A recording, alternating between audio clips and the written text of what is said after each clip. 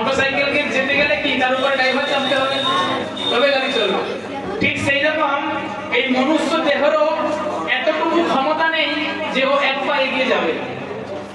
ভগবান এর ভিতরে আত্মা রূপী ড্রাইভার একটা দিয়েছে। কি দিয়েছে? আত্মা রূপী একটা ড্রাইভার দিয়েছে, যিনি হৃদয়ে বসে রয়েছে। হৃদয়ে বসে এই যন্ত্ররূপ গাড়িটাকে চালাচ্ছে।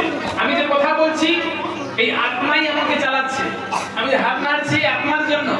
তুমি বসে বসে শুনছো বা দেখছো, এর জন্য দায়ী কিন্তু ওই আত্মা। মৃত্যুর সময় কান্না করে না? কি কান্না করে? হায় গো চলে গেল, হয় কি না? মনে করেন না? আমার একটা প্রশ্ন, শরীরটা তো পড়েই থাকে, চলে কে যায়? মৃত্যুর সময় তো পড়ে থাকে মানুষটা, না শুয়ে থাকে, কোনো হাত পা নাড়ে না, পড়ে থাকে। তো ওইখানে চলে কে যায়? বুঝতে পারলে? ওই আত্মা মানে ওই আত্মাটা হচ্ছে ভগবানের অংশ। ওটা হৃদয়ে যতক্ষণ আছে ততক্ষণ তোমার মধ্যে জ্ঞান আছে, তোমার মধ্যে চেতনা আছে, তুমি বেঁচে আছো। যখন ওই আত্মা দেহ থেকে বেরোবে তখনই তোমার আর কোনো চেতনা থাকবে না। তুমি একটা পচনশীল দেহ। ওই দেহটা যদি দুদিন রাখা হয় কি হবে? পচে গন্ধ বেরোবে কিনা? তাহলে দেহটা কত দুর্গন্ধময়, বুঝতে পেরেছো?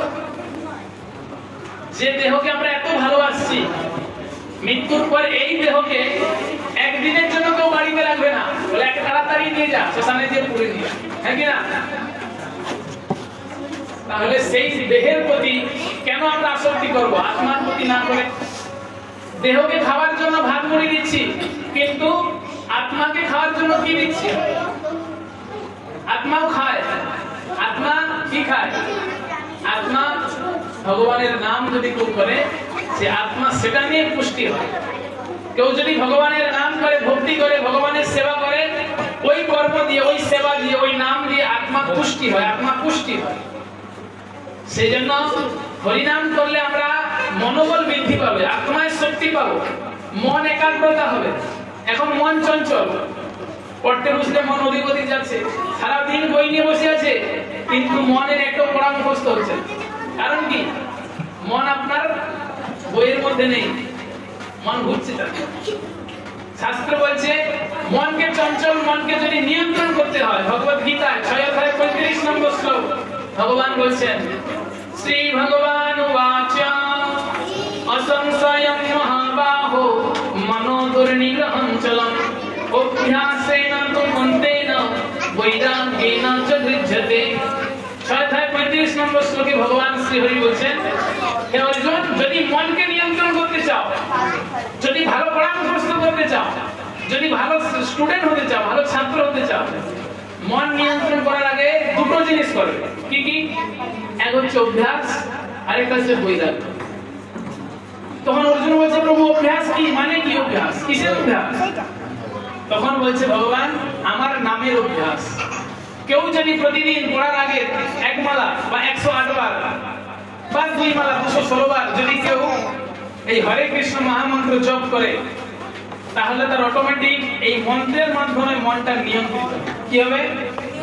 মন নিয়ন্ত্রিত। আর দ্বিতীয় নম্বর হচ্ছে বৈরাগ্য। যখন আপনি যে কাজটা করবেন তার মাঝখানে যেন অন্য কোনো কাজ না আসে, মনটা তোমার ফোকাস থাকবে। তাহলে কিসের অভ্যাস করতে হবে? হরি নামের অভ্যাস করতে হবে। যে কোনো কর্ম করার পূর্বে মন দিয়ে ভগবানের আগে নাম করবে। তোমরা জানো, দেবতাদের যদি কোনো পূজা হয়, দুর্গা পূজা, শিব পূজা, কালী পূজা, যে কোনো পূজা যদি হয়, সব পূজার আগে শালগ্রাম শিলার পূজা হয়। যদি শালগ্রাম শিলার পূজা না হয় তাহলে সে পূজা নয়। ঠিক সেই রকম যে কোনো কর্ম শুরু করার আগে যদি ভগবান শ্রী হরির উপাসনা না হয়, সে পড়াশোনা হোক, সে গৃহের কর্ম হোক, সে ধান রোয়া হোক, যে কোনো কর্ম যদি ভগবানের আরাধনা না হয়, তাহলে সেই কর্ম নামেই কর্ম। বাস্তবিক পক্ষে সেটা শাস্ত্রভূত কর্ম নয়। সেই কর্ম করতে গেলে আগে সর্বপ্রথম ভগবানের নাম করতে। কি নাম?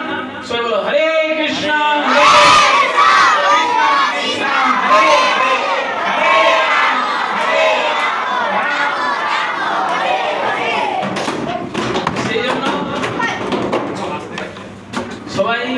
সবাইকে আমি অনুরোধ করছি,